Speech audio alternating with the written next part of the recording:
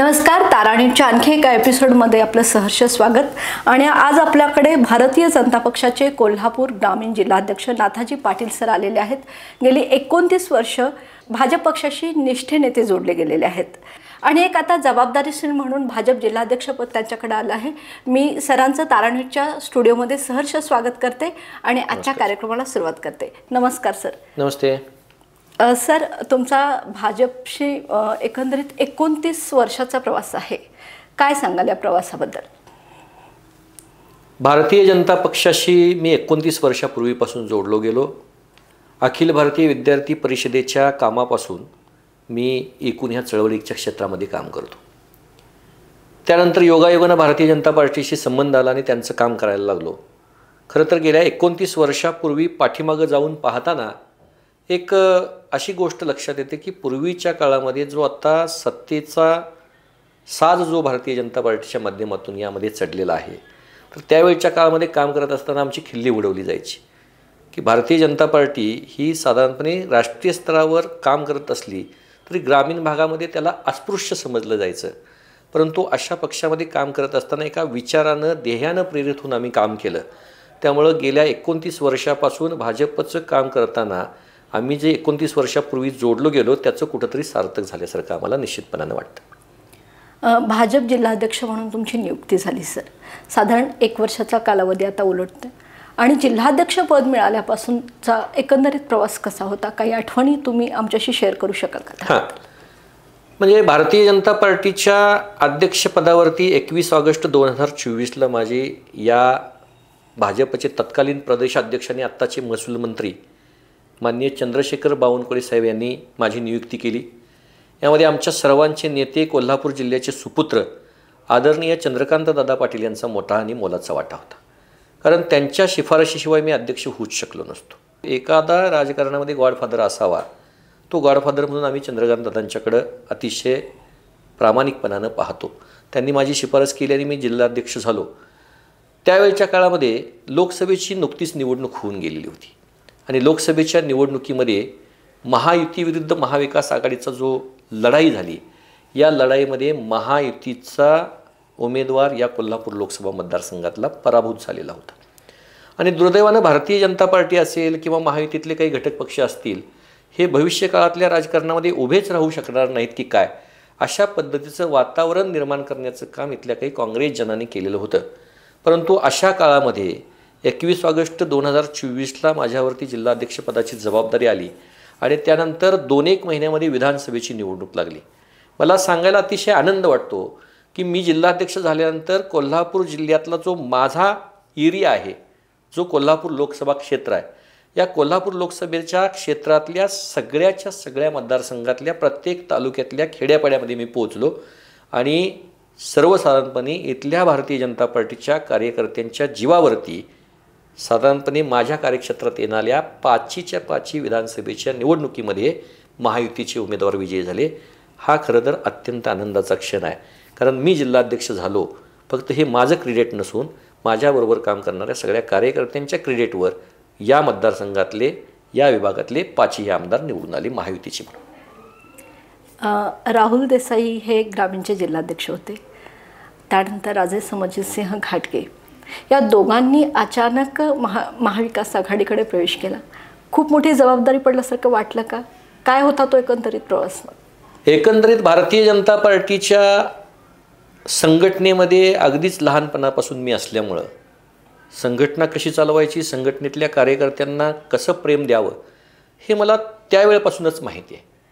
त्यामुळं एखाद्या वरिष्ठ नेतृत्वानं किंवा तुम्ही आता ज्या नेत्यांचा उल्लेख केला की त्यांनी भारतीय जनता पार्टी सोडली, त्यावेळचा प्रवास काय होता, तर त्यामध्ये भारतीय जनता पार्टीचं एक धोरण असतं की निश्चितपणानं कुणीही कुठल्याही पार्टीमध्ये गेलं म्हणजे काही नाराज व्हायचं नाही, उलट नव्या उमेदीनं, नव्या ताकदीनं पक्षाच्या संघटनेमध्ये काम करायचं।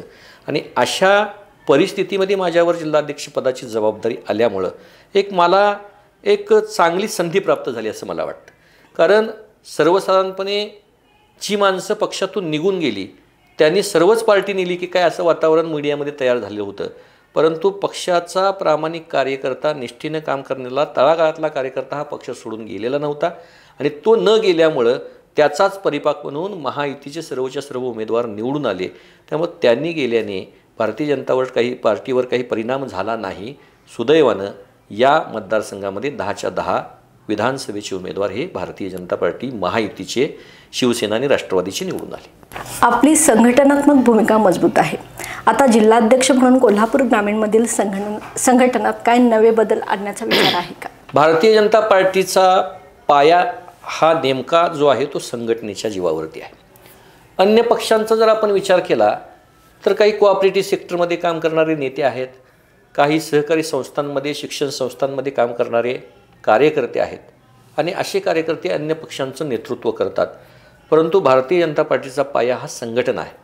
संघटनेच्या जीवावर निश्चितपणानं भारतीय जनता पार्टी आत्तापर्यंत एवढ्या संक्रमणाच्या अवस्थेतून एवढ्या चांगल्या यशोशिखरावर पोचल्याचं आपल्याला दिसून येतं. आणि यामध्ये बूथ रचना, शक्ती केंद्र रचना हा सगळ्यात मोठा पाया हा भारतीय जनता पार्टीचा आहे. आज माझ्या कार्यक्षेत्रामध्ये एकूण संघटनेच्या बाबतीत विचार करायचा झाला तर 1531 बूथ येतात. या 1531 बूथपैकी साधारणपणे आज घडीला 1251 बूथ समित्या आमच्या सगळ्या कार्यकर्त्यांनी गठीत केलेल्या आहेत, जेणेकरून भारतीय जनता पार्टीचे सगळे कार्यकर्ते तळागाळापर्यंत काम करताना आपल्याला दिसतात. त्यामुळे भविष्य काळामध्ये भारतीय जनता पार्टी ही अतिशय वेगानं पुढे येईल असा मला विश्वास वाटतो. आत्ताच तुम्ही म्हटलं की संघटन म्हटलं की कार्यकर्ता आला, तर कार्यकर्ता हा करता धरता जर असेल तर मग केंद्रस्थानी जर कार्यकर्ता ठेवला तर मग कशा पद्धतीनं कार्यकर्त्यांना घेऊन ही संघटना तुम्ही मजबूत केली? आता केंद्रस्थानी कार्यकर्ता ठेवून काम करायचं झाल्यास आत्ताच्या घडीला विचार करायचा झाला तर सर्वसाधारणपणे आत्ताच्या परिस्थितीमध्ये आता नुकतेच आमच्या संघटनात्मक रचना पूर्ण झाल्या. संघटनात्मक रचनेच्या बाबतीत 1 जानेवारी 2025 पासून ते 28 फेब्रुवारी 2025 पर्यंत आमचं संघटन पर्व होतं. यामध्ये प्राथमिक सदस्यता नोंदणी अभियान होतं. कोल्हापूर जिल्ह्यामध्ये भारतीय जनता पार्टीचे 3 लाख प्राथमिक सदस्य आम्ही नोंदवलेले आहेत. त्यानंतर बूथ रचना पूर्ण करावी लागते. ती बूथ रचना आपण 1251 पर्यंत पोहोचलेलो आहोत. त्यानंतर मंडल अध्यक्षांच्या नियुक्त्या केल्या जातात. माझ्या जिल्ह्यामध्ये एकूण 19 मंडलं येतात. या 19च्या 19 मंडळांमध्ये आपण अध्यक्षांच्या नेमणुका केलेल्या आहेत. आत्ता पदाधिकाऱ्यांच्या नेमणुका करायला सुरू आहेत आणि भविष्य काळामध्ये अशा सर्व पदाधिकाऱ्यांना जे ग्रामीण स्तरावर काम करतात अशा सर्व पदाधिकाऱ्यांना, अशा सर्व बूथ प्रमुखांना आपण विशेष कार्यकारी अधिकारी पदाचा दर्जा देण्याचं ठरवलेलं आहे आणि या संदर्भातली प्रक्रिया आत्ता सुरू आहे. आता भविष्य काळात मग संजय गांधी निराधार योजना समिती असेल, वीज मंडळाच्या समिती असतील, महिला आणि बालकल्याणच्या समिती असतील, अनेक महामंडळ असतील, अशा सगळ्यांच्यावर प्रमुख कार्यकर्त्यांच्या आणि तळागाळातल्या कार्यकर्त्यांच्या वर्णी लावून त्यांना एक ताकद देण्याचं काम आमच्या वरिष्ठ नेतृत्वानं ठरवलेलं आहे आणि त्या पद्धतीनं आपण कार्यकर्त्यांनासुद्धा चालना देण्याचं काम, बळ देण्याचं काम करणार आहोत. मला विचारायचं आहे की काही वेळेला एखादा पक्ष जेव्हा स्थापन होतो त्या स्थापनेमागे बरीच विचारधारा अवलंबून असते, पण काही वेळेला कसं होतं की पक्षात एखादा नेता जेव्हा इतर पक्षाला चूज करतो त्या कार्यकर्त्यांवर नेमका त्याचा काय परिणाम होतो आणि ते तुम्ही कधी हाताळले का? सर्वसाधारणपणे एकूण महाराष्ट्राचं राजकारण असू दे, देशाचं राजकारण असू दे, जिल्ह्याचं राजकारण असू दे, ह्या सर्व राजकारणामध्ये या पक्षातून त्या पक्षामध्ये जाण्याचं प्रमाण हे कमी अधिक प्रमाणात आहेच आहे. पण भारतीय जनता पार्टीमध्ये अशा कार्यकर्त्यांचं येण्याचं प्रमाण अधिक आहे. जर आता तुम्ही बघितलं तर प्रत्येक आठवड्याला, प्रत्येक दिवसाला कुणी ना कुणी भारतीय जनता पार्टीमध्ये प्रवेश करताना आपल्याला दिसतो. मग कोल्हापूर जिल्ह्यामध्ये असू दे अथवा महाराष्ट्रामध्ये असू दे, ही प्रक्रिया अविरतपणे सुरू असल्याचं आपण पाहतो. आणि अशा सगळ्या प्रक्रियेमध्ये तुम्ही विचारलं की कार्यकर्त्यांची मानसिक भावना काय असते, तर निश्चितपणानं काही अंशी साधारणपणे अन्य पक्षातले कार्यकर्ते आमच्यात येणार असतील तर कार्यकर्त्यांना असुरक्षिततेची भावना वाटणं स्वाभाविक आहे. परंतु माझ्यासारखा जिल्हाध्यक्ष जो संघटनेत अनेक वर्ष काम करतो असा जिल्हाध्यक्ष अशा कार्यकर्त्याला सावरून घेण्याच्या भूमिकेमध्ये असतो. कारण शेवटी पक्ष वाढ करत असताना आपल्याला माणसं ही इथलीच उभी करावी लागतात. माणसं काही आबळातनं पडत नाहीत, आकाशातनं येत नाहीत. इथल्याच माणसांना या पक्ष संघटनेमध्ये आपल्याला संधी द्यावी लागते. अन्य पक्षातली माणसं आपल्या पक्षामध्ये येत असतील तर त्यांचं निश्चितपणानं स्वागत करावं. अन्य काही लोक किंवा आपल्या जुन्या पक्षातली काही मंडळी जर अशा पद्धतीनं काही नाराज होत असेल तर त्यांची नाराजी दूर करून अशा नव्या माणसांना सामावून घेण्याच्यासाठी जे जे काही मोटिवेशन करावं लागेल, जे जे काही त्याची समजूत काढावी लागेल, ती समजुतीची भूमिका जिल्हाध्यक्ष या नात्यानं मी नेहमीच पार पाडत असतो. भाजप जिल्हाध्यक्ष म्हणून ग्रामीण भागात आता कोणकोणत्या विशेष घटकावर तुम्ही लक्ष दिले? भारतीय जनता पार्टीचा जिल्हाध्यक्ष म्हणून आता जर पाहायचं झालं तर नजीकच्या काळामध्ये आता जिल्हा परिषद, पंचायत समिती, नगरपालिका, नगरपंचायतीच्या निवडणुका होऊ घातलेल्या आहेत. साधारणपणे लोकसभेची निवडणूक असू दे, विधानसभेची निवडणूक असू दे, ही विधानसभा आणि लोकसभेच्या निवडणुका ह्या नेत्यांच्या निवडणुका असतात. परंतु जिल्हा परिषद, पंचायत समिती, नगरपालिकेच्या निवडणुका ह्या कार्यकर्त्यांच्या निवडणुका असतात. अशा कार्यकर्त्यांच्या निवडणुकीमध्ये भारतीय जनता पक्षाच्या कार्यकर्त्यांना जास्तीत जास्त संधी मिळावी यासाठी माझा निश्चितपणानं प्रयत्न राहील. साधारणपणे माझ्या कार्यक्षेत्रात येणाऱ्या 40 जिल्हा परिषद गटांमध्ये आणि 80 पंचायत समिती गटांमध्ये तसेच 5 नगरपालिका, नगरपंचायत क्षेत्रामध्ये निश्चितपणानं पक्षाचा बेस मजबूत राहावा यासाठी मी वारंवार सातत्यानं प्रवास करतो. आपल्या सर्वांचे नेते आदरणीय चंद्रकांतदादा पाटील साहेब या जिल्ह्याचे असतील, खासदार धनंजय महाडिक साहेब असतील, या सर्वांच्या मार्गदर्शनाखाली, त्यांच्या नेतृत्वाखाली, त्यांच्या विकास कामाचं व्हिजन घेऊन आम्ही हे काम निश्चितपणानं करतो आहोत. उद्याच्या जिल्हा परिषद, पंचायत समिती आणि नगरपालिकेच्या निवडणुकीमध्ये भारतीय जनता पार्टीच्या कार्यकर्त्यांना जास्तीत जास्त प्रमाणात लोकप्रतिनिधी होण्याची संधी मिळवण्यासाठी मी जिल्हाध्यक्ष नात्यानं निश्चितपणानं प्रयत्न करणार आहे. शेती, साखर, उद्योग, ग्रामविकास, शिक्षण या सर्व क्षेत्रामध्ये आपला अनुभव आहे. तर हा अनुभव जिल्हाध्यक्षपदासाठी कसा उपयुक्त ठरेल असं तुम्हाला वाटतं? निश्चितपणानं आपण विचारलेला प्रश्न अतिशय महत्त्वाचा आणि चांगला. याचं मागचं कारण सांगतो की मी दूधगंगा वेदगंगा सहकारी साखर कारखान्याचा काही काळ संचालक होतो. कृषी उत्पन्न बाजार समिती कोल्हापूरचा काही काळ संचालक होतो. त्यामुळे शेतकऱ्यांचे प्रश्न निश्चितपणानं मला माहिती आहेत. मुळात मी सुद्धा एका शेतकऱ्याच्या पोटी जन्म घेतलेला मुलगा आहे. त्यामुळे शेतकऱ्यांचे प्रश्न माहिती आहेत. यासाठी काय असतं की कृषी उत्पन्न बाजार समितीच्या माध्यमातून जे काही शेतकरी असतात आपला माल हा शेती उत्पन्न बाजार समितीच्या कार्यक्षेत्रामध्ये विकण्यासाठी घेऊन येतात. त्यांना योग्य भाव मिळावा यासाठी आपल्याला प्रयत्न करावे लागतात. साखर कारखान्याच्या माध्यमातून ऊसाला चांगल्या पद्धतीचा भाव मिळावा यासाठी प्रयत्न करावे लागतात. आणि अशा सगळ्या प्रश्नांची जाणीव माझ्यासारख्या कार्यकर्त्याला असल्यामुळं हे प्रश्न घेऊन जी माणसं आपल्याकडे येतील त्यांना न्याय देण्याचा निश्चितपणानं आपण प्रयत्न करतो. हा झाला शेतीशी संबंधित विषय.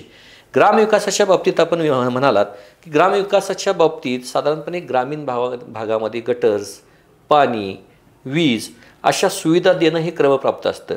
अनेक गावांमध्ये, अनेक वाड्यावस्त्यांमध्ये, धनगरवाड्यामध्ये अजूनही वीज गेलेली नव्हती. मग अशा सगळ्या परिस्थितीत महायुतीच्या सरकारच्या माध्यमातून आपल्या राज्याचे मुख्यमंत्री आदरणीय देवेंद्रजी फडणवीस असतील, उपमुख्यमंत्री आदरणीय एकनाथजी शिंदे असतील, दुसरे उपमुख्यमंत्री अजितदादा पवार असतील, आदरणीय चंद्रकांतदादा असतील, खासदार धनंजय महाडिक साहेब असतील, या सर्वांच्या माध्यमातून ग्रामविकासाच्या ज्या ज्या काही गोष्टी आपल्याला या ग्रामीण भागामध्ये कराव्या लागतील, विशेषतः प्राधान्यानं वीज, रस्ते आणि पाणी या सगळ्यांमध्ये जे काही करावं लागेल ते करण्याची भूमिका घेऊन आम्ही या सगळ्या प्रवाहामध्ये चालतो आहोत. ग्रामपंचायत, बाजार समिती, दूध संघ, वाचनालय अशा विविध संस्थांमध्ये आपली भूमिका राहिली आहे. तर मग हे काम पक्ष संघटनेशी कसं जोडून पाहतात? साधारणपणे सहकारी संस्था असतील, स्थानिक स्वराज्य संस्था असतील, वाचनालय असतील, या ग्रामीण भागांमध्ये प्रत्येक गोष्टीत राजकारणच करून चालतं अशातला काही भाग नाही. ग्रंथालय चळवळ ही महाराष्ट्रामध्ये अतिशय व्यापक प्रमाणामध्ये आहे. महाराष्ट्रामध्ये साधारणपणे 11,500पेक्षा अधिक ग्रंथालय आहेत. या कोल्हापूर जिल्ह्यामध्ये साधारणपणे 650पेक्षा अधिक ग्रंथालय आहेत. आणि ही ग्रंथालय सक्षम होण्यासाठी सुदैवानं या ग्रंथालयाचा विभाग ज्या मंत्र्यांच्याकडे आहे ते मंत्री आपल्या सर्वांचे नेते आदरणीय चंद्रकांतदादा आहेत. उच्च आणि तंत्रशिक्षण खात्याच्या माध्यमातून ग्रंथालय विभाग सांभाळला जातो. तुम्हाला कदाचित कल्पना नसेल की गेल्या वर्षी ज्यावेळी उच्च आणि तंत्र शिक्षण विभागाचा कारभार आदरणीय चंद्रकांतदादांच्याकडे आला, ग्रंथालय विभाग त्यांच्याकडे आला, त्यावेळी चंद्रकांतदादांनी पूर्वीच्या चालत असलेल्या ग्रंथालयांना जे तुटपुंज अनुदान होतं या अनुदानामध्ये 60% वाढ करण्याचा निर्णय घेतला आणि 60% रक्कम दुसऱ्या वर्षी त्यांच्या खात्यावरती वर्ग करण्याची भूमिका घेतली. खरं तर अशा सगळ्या प्रक्रियेमध्ये गेल्या 12 वर्षामध्ये अशा पद्धतीचं काम कुठल्याही सरकारनं किंवा कुठल्याही मंत्र्यानं केलेलं नव्हतं. 2012ला ज्यावेळी महाविकास आघाडी, काँग्रेस आणि राष्ट्रवादीचं सरकार होतं त्यावेळच्या काळामध्ये ग्रंथालयाच्या अनुदान वाढ पूर्णतः बंद झालेली होती. ग्रंथालयाचा दर्जावाढ पूर्णतः बंद झालेला होता. त्यांना चांगल्या पद्धतीनं सुविधा देण्याची जी काही कामगिरी सरकारनं करावी लागते तीच त्या सरकारनं बंद केलेली होती. परंतु चंद्रकांत दादांनी हा कार्यभार आपल्याकडे घेतल्यानंतर या सगळ्याला एक ऊर्जित अवस्था देण्याचं काम केलं. गेल्या आठवड्यामध्ये जे अधिवेशन आपण पाहिलं असेल पावसाळी अधिवेशनामध्ये, यामध्ये चंद्रकांत दादांनी ग्रंथालयाच्या बाबतीत अजून एक निर्णय घेतला की 40% अनुदान वाढ पुन्हा द्यावी आणि उद्याच्या मार्च 2026ला ही ग्रंथालयाची 40% अनुदान वाढ जी आता प्रलंबित आहे ही सुद्धा देण्याचा संकल्प माननीय चंद्रकांत दादांनी केला आहे. त्यामुळे शिक्षणाच्या बाबतीत, ग्रंथालयांच्या बाबतीत ज्या आता समजा सोशल मीडियाचा जमाना फार आहे. सोशल मीडियाच्या जमान्यामध्ये अगदी लहान मुलांपासून मोठ्यांपर्यंत प्रत्येकाच्या हातात मोबाईल आपल्याला पाहायला मिळतो आणि या मोबाईलच्या जमान्यामध्ये वाचन संस्कृती कुठेतरी लोप पावत चाललेली आहे की काय, असा एक वातावरण तयार झालेलं असताना गावागावातल्या ग्रंथालयामध्ये चांगल्या दर्जाची पुस्तकं मिळावीत, चांगल्या दर्जाची ही पुस्तकं वाचून चांगल्या दर्जाचे अधिकारी IPS IAS व्हावेत असा किंवा MPSCला चांगली मुलं शिकावीत असा मानस घेऊन ग्रंथालयांमध्ये चांगल्या सुविधा देण्याचं काम हे दादांनी केलं आहे. आता तुम्ही म्हणताय की हे सगळं तुम्ही पार्टीशी कसं जोडलं जाल, तर दादांचा नेहमी उल्लेख असा असतो की सामाजिक काम करत असताना, समाजकार्य करताना त्याच्यासाठी राजकारणाची जोड कधीही असू नये, त्यामध्ये राजकारण आणू नये. तर कोणत्याही पक्षाचा ग्रंथालय चालवणारा कार्यकर्ता असेल तर त्यालासुद्धा अनुदान देण्यामध्ये आम्ही कमी पडणार नाही. त्यामुळे राजकारण आणि समाजकारण ह्या दोन बाजू वेगवेगळ्या आहेत. परंतु अशा काही माणसांना वाटलं की या सरकारच्या माध्यमातून शिक्षणाच्या चळवळीमध्ये चांगलं काम व्हायला लागलं आहे, ग्रामविकासाच्या बाबतीत चांगलं काम व्हायला लागलं आहे, तर ती माणसं आपोआप आमच्याशी जोडली जातात आणि या विकासाच्या रथामध्ये सहभागी होतात. ग्रामीण मतदारांशी संपर्क ठेवण्यासाठी एखादा नवीन उपक्रम किंवा सदस्यता मोहीम किंवा संवाद यात्रा राबवण्याचा काही विचार आहे का? आता तरी बूथ वगैरे संकल्पना तुम्ही बोलातच, पण या व्यतिरिक्त आणखी काही संकल्प आहेत का? ग्रामीण मतदारांशी संपर्क ठेवण्याच्या माध्यमातून भारतीय जनता पार्टी ही सातत्यानं कार्यरत असते. आम्हाला काही अभियानं दिली जातात. 1 जानेवारी ते 28 फेब्रुवारीपर्यंत आम्हाला एक अभियान दिलं होतं, सदस्यता नोंदणी अभियान. त्यानंतर सक्रिय सदस्यता नोंदणी अभियान, त्यानंतर मंडल अध्यक्ष निवडी, त्यानंतर जिल्हाध्यक्ष निवड, त्यानंतर प्रदेशाध्यक्ष निवड. हे सातत्यानं ग्रामीण जनतेशी संवाद साधण्याचं माध्यम आहे. आणि दुसरं सगळ्यात महत्त्वाचं माध्यम म्हणजे गेल्या अनेक वर्षाच्या कालावधीपासून म्हणजे तब्बल 11 वर्ष झाली या देशाचे पंतप्रधान पदावरती नरेंद्र मोदी कार्यरत आहे. ते सुद्धा विविध उपक्रम राबवत असतात. आता तुम्हाला कदाचित माहिती असेल की दर महिन्याच्या शेवटच्या रविवारी सकाळी 11 वाजता मन की बात हा उपक्रम राबवला जातो. पंतप्रधान नरेंद्र मोदी हे देशातल्या विविध लोकांच्याकडून प्रश्न मागवून घेतात आणि त्याच्यावर उत्तर देण्याचं काम हे मन की बातच्या माध्यमातून करतात. तर नरेंद्र मोदी साहेबांची मन की बात ही दर महिन्याच्या शेवटच्या रविवारी असते. आता ग्रामीण भागाशी संपर्क ठेवण्याच्या माध्यमातून आमचे सगळे कार्यकर्ते गावागावांमध्ये लोकांच्याकडे जातात, त्यांना हा मन की बात कार्यक्रम ऐकण्यासाठी प्रवृत्त करतात. त्यांच्या मन की बातच्या कार्यक्रमातून अनेक चांगल्या घटना आपल्याला देशातल्या ऐकायला मिळतात. ग्रामीण भागातल्या लोकांना प्रवृत्त करण्यासाठी किंवा त्यांच्याकडून चांगलं करवून घेण्यासाठी ज्या ज्या काही सूचना येतील त्यांचा उल्लेख मन की बातमध्ये हा सातत्यानं असतो. आणि या सगळ्याच्या माध्यमातून ग्रामीण जनता आमच्याशी जोडली जाते. तुम्हाला कदाचित माहिती असेल की देशातल्या 80 लाख लोकांना मोफत धान्य योजना ही नरेंद्र मोदी सरकारने काढली. आज घडीला देशामध्ये प्रत्येक शेतकऱ्याच्या खात्यावरती दर 3 महिन्यांनी 2000 रुपये सानुग्रह अनुदान, त्याला सानुग्रह अनुदान दिलं जातं. प्रत्येक महिन्याला महिन्याच्या दर 3 महिन्यांनी त्याला 2000 रुपये दिलं जातं. त्याला PM किसान योजना असं म्हणतात. या अशा अनेक योजनांच्या माध्यमातून आपलं सरकार तर जोडलं जातंच, परंतु भारतीय जनता पार्टीच्या नेतृत्वाखालचं सरकार हे ह्या योजना देतं. यामुळे लोकांचा प्रवाह भारतीय जनता पार्टीकडे वाढतो. हीच सगळी माध्यमं जनसंपर्कासाठी आम्हाला उपयुक्त ठरली जातात असं मला या निमित्तानं वाटतं. सध्या आता जिल्हा परिषदेच्या निवडणुका होणार आहेत आणि त्या संदर्भात नेमका तुमचा काय प्लॅन असणार आहे?